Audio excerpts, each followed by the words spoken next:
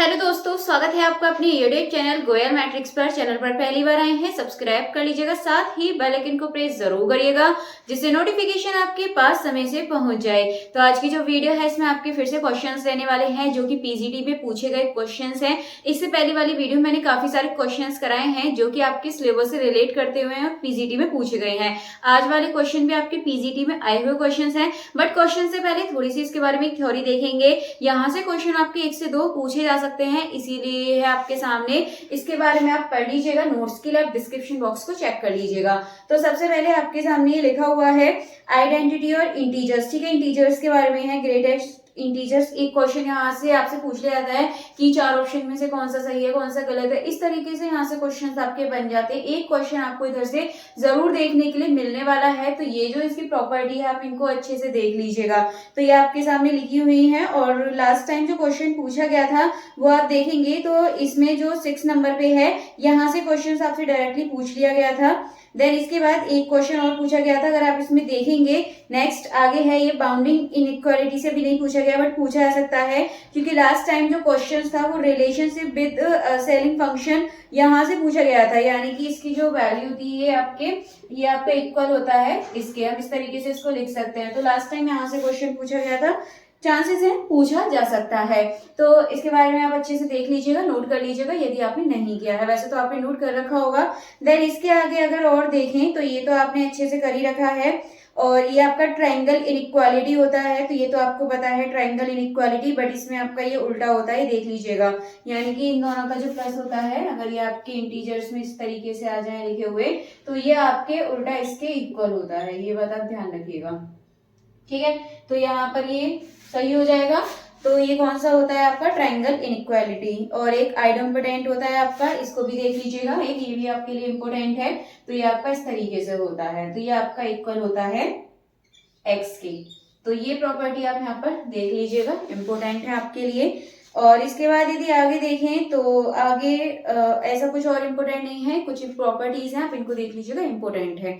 Then इसके बाद आप क्वेश्चन स्टार्ट करते हैं जो कि आपके पीजीटी में पूछे हुए क्वेश्चंस हैं। तो ये क्वेश्चन नंबर 1 आपके सामने है। एफ एक्स आपको दे रखा है x + 1.5, where x represent the greatest integer function less than और equal to x, then find the value of. आपको वैल्यू यहाँ पर फाइंड करनी है। तो आइए चलिए कर लेते हैं इस वाले क्वेश्चन को। तो ये है आपके सामने एफ एक्स आपको दे रखा है x + 1.5, ठीक है। और यहाँ पर वैल्यूज भी दे रखी है, f 2.8 माइनस f 1 माइनस का 1.7 प्लस f 0.5, इसकी वैल्यू आपको फाइंड करनी है। तो आइए चलिए करते हैं। तो x की जगह पे आप सबसे पहले f 2.8 निकालेंगे, तो इसके लिए आप यहाँ पर क्या रख दीजिए, 2.8 रख दीजिए x की जगह पर। तो इसकी वैल्यू क्या आएगी, आप यहाँ पर जब 2.8 रखेंगे तो ये आपका प्लस होके आ जाएगा 4.3, ठीक है। देन इसके बाद आप क्या करेंगे, माइनस, आपको क्या करना है, अच्छा इसको इसमें रखिए अभी। देन इसके बाद अब माइनस का 1.7 आप यहाँ पर रख दीजिएगा, तो माइनस प्लस माइनस हो जाएगा इसमें, तो माइनस का बचेगा ये 0.2।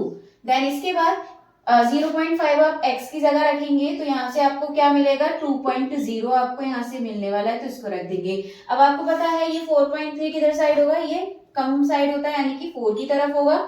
एंड माइनस का 0.2 जो होता है ये आपका माइनस की तरफ होता है, ठीक है, -1 की तरफ। देन इसके बाद ये जो 2 है ये तो आपका 2 ही रहेगा, तो यहाँ से 4, ये हो जाएगा माइनस माइनस प्लस, और ये आपको यहाँ से सिंपली आंसर मिल जाएगा 7। आसान भी क्वेश्चन होते हैं, थोड़ा सा आपको यहाँ पर कंफ्यूजन भी हो सकता है, इसलिए इन क्वेश्चन को भी देख के जाएं। 1 से 2 क्वेश्चन आपको देखने के लिए मिल सकते हैं, किस तरीके से सॉल्व करने को पूछ सकते हैं, या फिर प्रॉपर्टी से रिलेटेड आपको डायरेक्ट रिजल्ट बेस यहाँ पर मिल सकता है।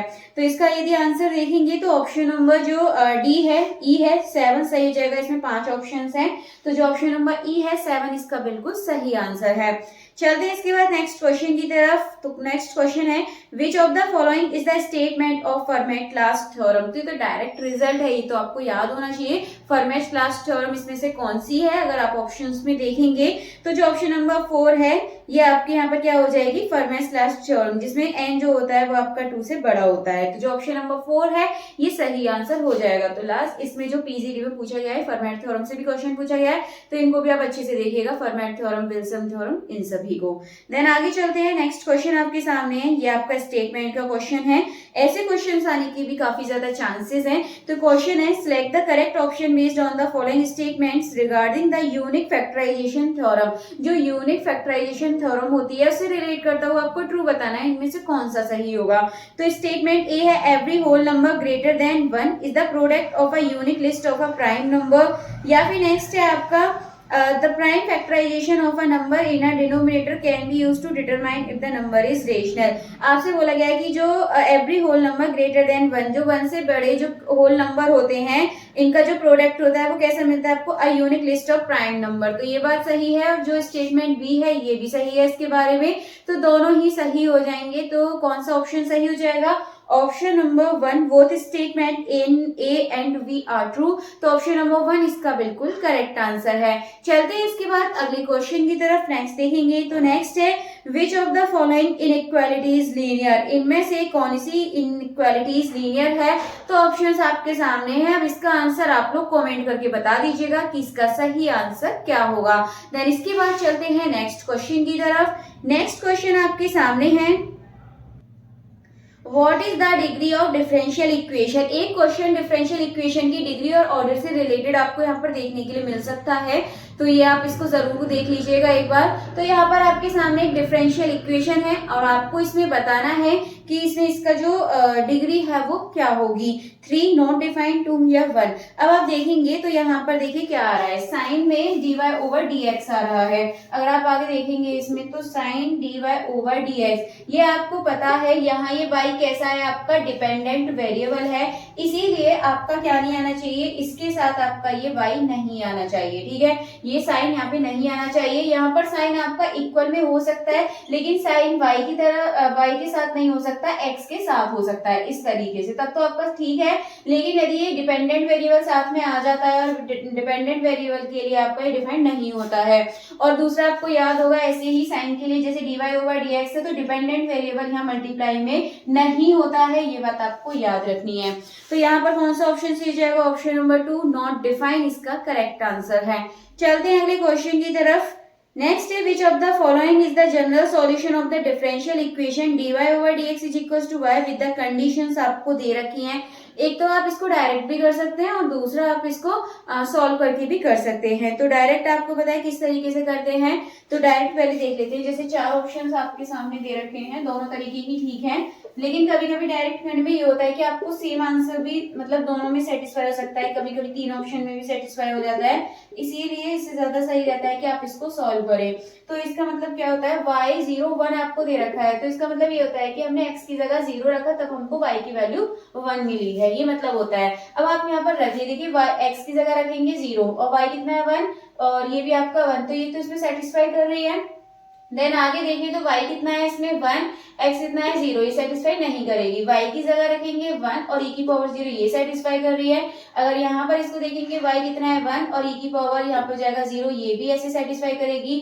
तो यहाँ से कोई फायदा नहीं रहता है। अगर कभी कभी हो जाता है कि एक ही ऑप्शन ठीक हो तो हम क्या करेंगे, इसको सॉल्व कर लेंगे, ज्यादा आपको टाइम नहीं लगेगा इसमें। तो अब देखेंगे आप इसको तो y किधर आ जाएगा, y आ जाएगा नीचे और x चला जाएगा उधर साइड। तो हम इसको क्या करेंगे, ये हो जाएगा आपका log y is equal to, ये मिलेगा आपको x यहाँ से मिल जाएगा। ठीक है, जब हम इसका इंटीग्रेशन करेंगे तो x मिलने के बाद आपको इतना करना है कि तो यहाँ से देखेंगे y और ये log इधर जाके e की पावर x यहाँ पर ये आंसर बना देगा, यानी कि y is equal to e की पावर x, ये सही आंसर हो जाएगा ऑप्शन नंबर 3। चलते हैं इसके बाद अगले क्वेश्चन की तरफ। नेक्स्ट देखेंगे, नेक्स्ट क्वेश्चन आपके सामने है। सो यहाँ पर साइन की पावर 5x के यहाँ पे इंटीग्रेशन करना बहुत आसान क्वेश्चन है, तो टीजीटी में दिया है, हो सकता है आपके में भी इस तरीके का क्वेश्चन आपको देखने के लिए मिल जाए, साइन में नहीं तो कॉस में देखने के लिए मिल सकता है। तो यहाँ पर ये क्वेश्चन है आपका 0 से π/2 आपको दे रखा है और साइन 5x dx।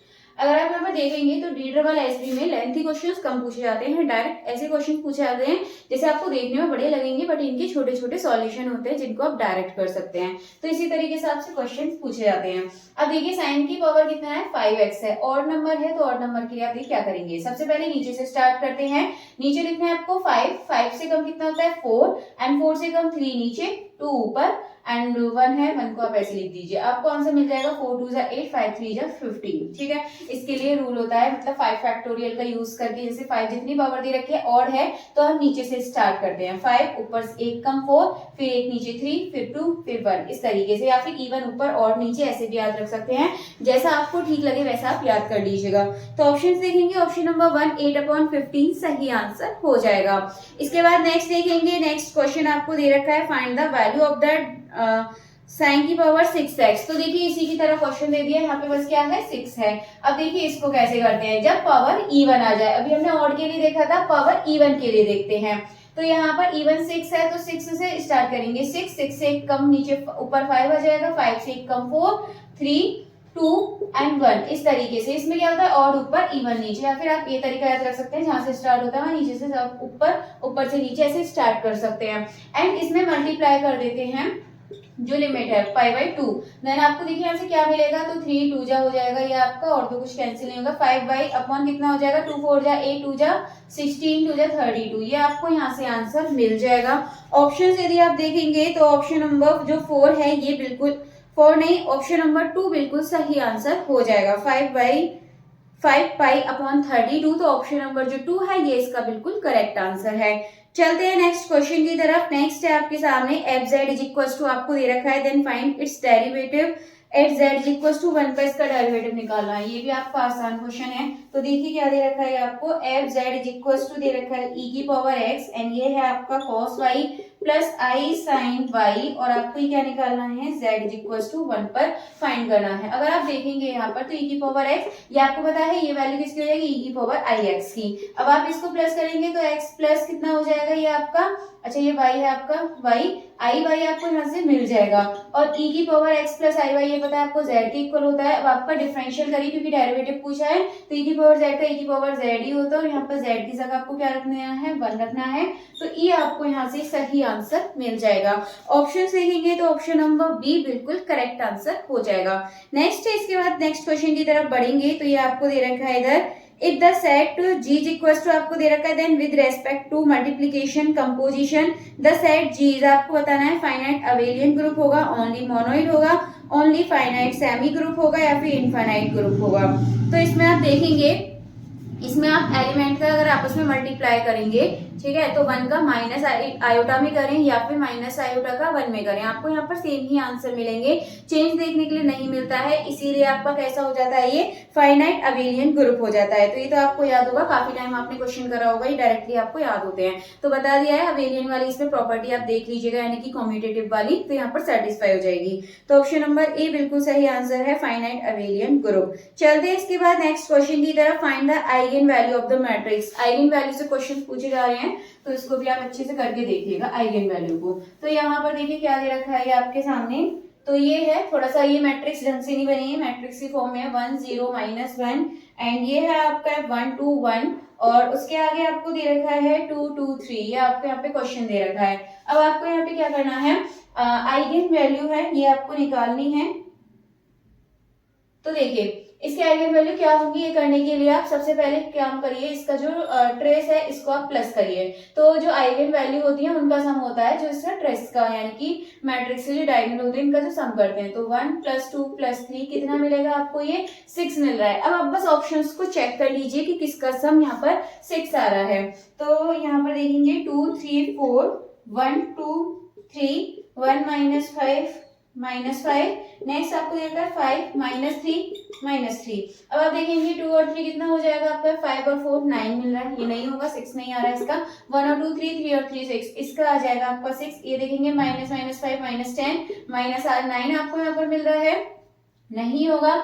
एंड ये आपका -6 और ये आपका प्लस का 5 -1 मिल रहा है, ये भी नहीं होगा। तो आपको आंसर यहाँ से मिल चुका है ये वाला। सिंपली इस तरीके से आप कर सकते हैं। तो ऑप्शन यदि आप देखेंगे तो ऑप्शन नंबर 2 1 2 3 सही आंसर हो जाएगा। आप इसमें वो लैम्डा वगैरह रख के आप नहीं निकालिएगा, उससे काफी ज्यादा लेंथी हो जाएगा, तो आप यही प्रोसेस करिएगा। देन इसके बाद ऑप्शंस आपने देख ही लिए हैं, इसके ऑप्शन नंबर 2 सही है। इसके बाद नेक्स्ट क्वेश्चन है आपके सामने, fz इज इक्वल टू दे रखा है 3z² + 4iz - 5 + i, देन आपको the derivative at z is equal to -i पर निकालना है। तो ये आपको पता होना चाहिए। तो आसान क्वेश्चन है, इसको तो इजीली आप कर सकते हैं। एक टाइम मतलब फर्स्ट क्या करेंगे, इसका वन टाइम डेरिवेटिव कर देंगे आप। इसका मैं डायरेक्टली लिख देती हूँ। तो क्या है, 3z² है तो 2 3 जा 6z हो जाएगा, प्लस 4 आयोटा z का 4 आयोटा मिलेगा आपको। नेक्स्ट है -5 का तो 0 हो जाएगा, और i का भी आपको 0 मिलेगा। तो आगे तो यहाँ पे आपको कुछ मिलेगा नहीं। देन आपको किस पे बोला है, z is equal to -i पर बोला है। पर पुट कर दीजिएगा तो 6 और ये हो जाएगा -i प्लस यहाँ पर 4 आयोटा आपको दे रखा है तो -6 आयोटा प्लस 4 आयोटा आपको क्या मिल जाएगा, -2 आयोटा। तो ऑप्शंस आप देख सकते हैं। ऑप्शन नंबर जो 1 है ये इसका बिल्कुल सही आंसर हो जाएगा। बहुत ही आसान सा क्वेश्चन था। एक क्वेश्चन बेसिक में आपको ऐसा देखने के लिए मिल सकता है। चलते हैं अगले क्वेश्चन की तरफ।